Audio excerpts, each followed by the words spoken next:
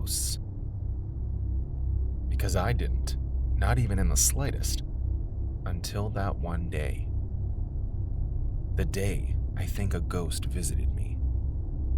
It was the worst day of my life.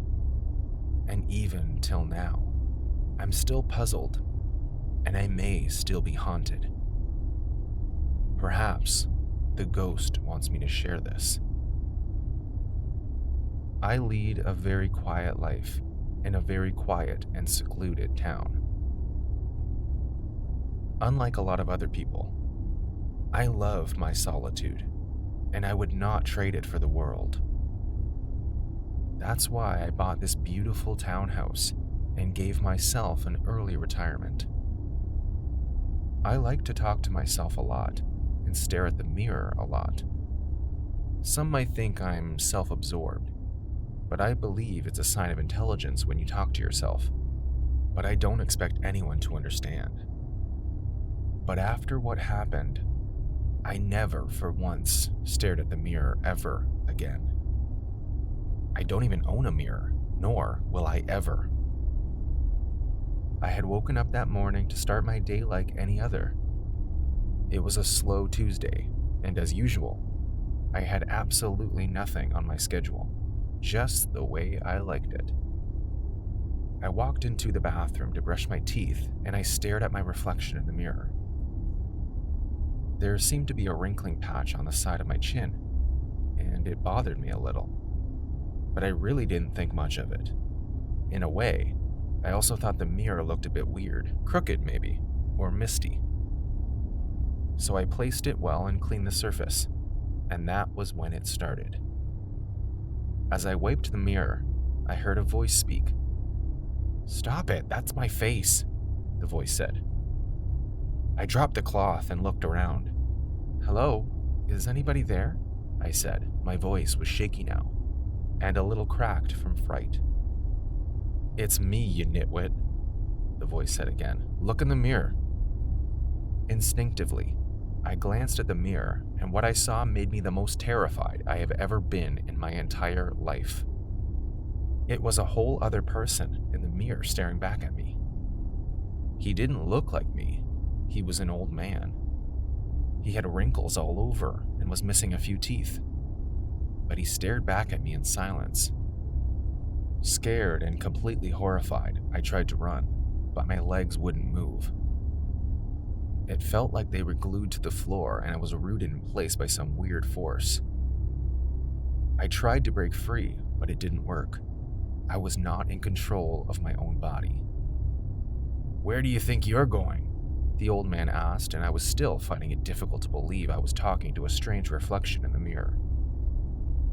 I begged that the reflection let me go, and that I would do anything. I just wanted to be free, and I still hadn't gained control of my body. "Anything," the figure said, and I nodded in fright. Suddenly, I fell to the floor, and it seemed like I had regained control of my body. I moved my fingers and my arm, and quickly stood up again to look at the mirror. But I was all that stared back. There was no old man, no weird reflection, and everything was as it was before. I heaved a sigh and ensured I broke the mirror. As I stared at the broken pieces on the floor, I felt a strange coldness course through my body. But it only lasted a moment, and I didn't think anything of it. For some reason, I wasn't so frightened anymore. As I threw away the broken mirror pieces, I felt a sense of relief and freedom, and I went about my day knowing everything was okay.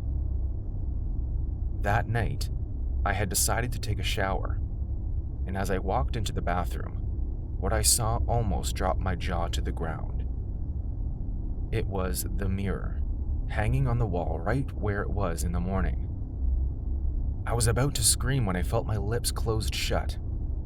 I hummed and mumbled, trying my best to run, but again, my body seemed to be frozen, and I heard the voice again. "Look at me."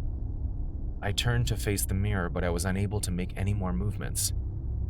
"You think you can get rid of me, do you?" the old man said, before letting out a sinister laugh that sent shivers down my spine. I had begun to sweat and fought to speak or move my body, but it didn't seem to work. "What? You want to say something?" the man asked, and suddenly I gained control of my lips. "Please, please, what do you want?" I asked. The old man laughed again and went on to say how he hated humans, how we are puny, powerless creatures that do not deserve our part of the world. He said I was his to do whatever he pleased with me, and he had haunted everyone else who lived in this house. He told me about all of the people who had lived here before me and said we were trespassing on his property. He was the original owner of the house, and he would kill everyone who came here. I was shaking like a leaf by now. I begged that he set me free and that I would never come back. I begged for him to show me mercy, but he only laughed and said I was going to be his first kill. Suddenly, I began to feel a sharp pain all over my body. It felt like my body was being ripped apart by an invisible force. The old man began to laugh again, and I begged him to stop. I told him I'll make sure no one else came by the house and that he would have it all to himself. The pain stopped, and I seemed to get through to him. He said I must keep my word or he would torment me for the rest of my life. But the moment I gained control of my body, I packed what little stuff I could and fled the house. I never went back. But I guess my mistake was that I never made sure no one else went back there like I promised. Now, I hear him in my head telling me to do the weirdest things. Last night, he told me to jump off my roof and forced my body to. I wasn't seriously hurt, but now he gets a kick from telling me to do things. I'm not the one writing this story, it's him. He wants the world to know about him. He says he wants people to cower in fear. I'm about to drop this pen, but if you have a mirror back home, don't look into it. Or do. He may decide to torment someone else and leave me be. Help.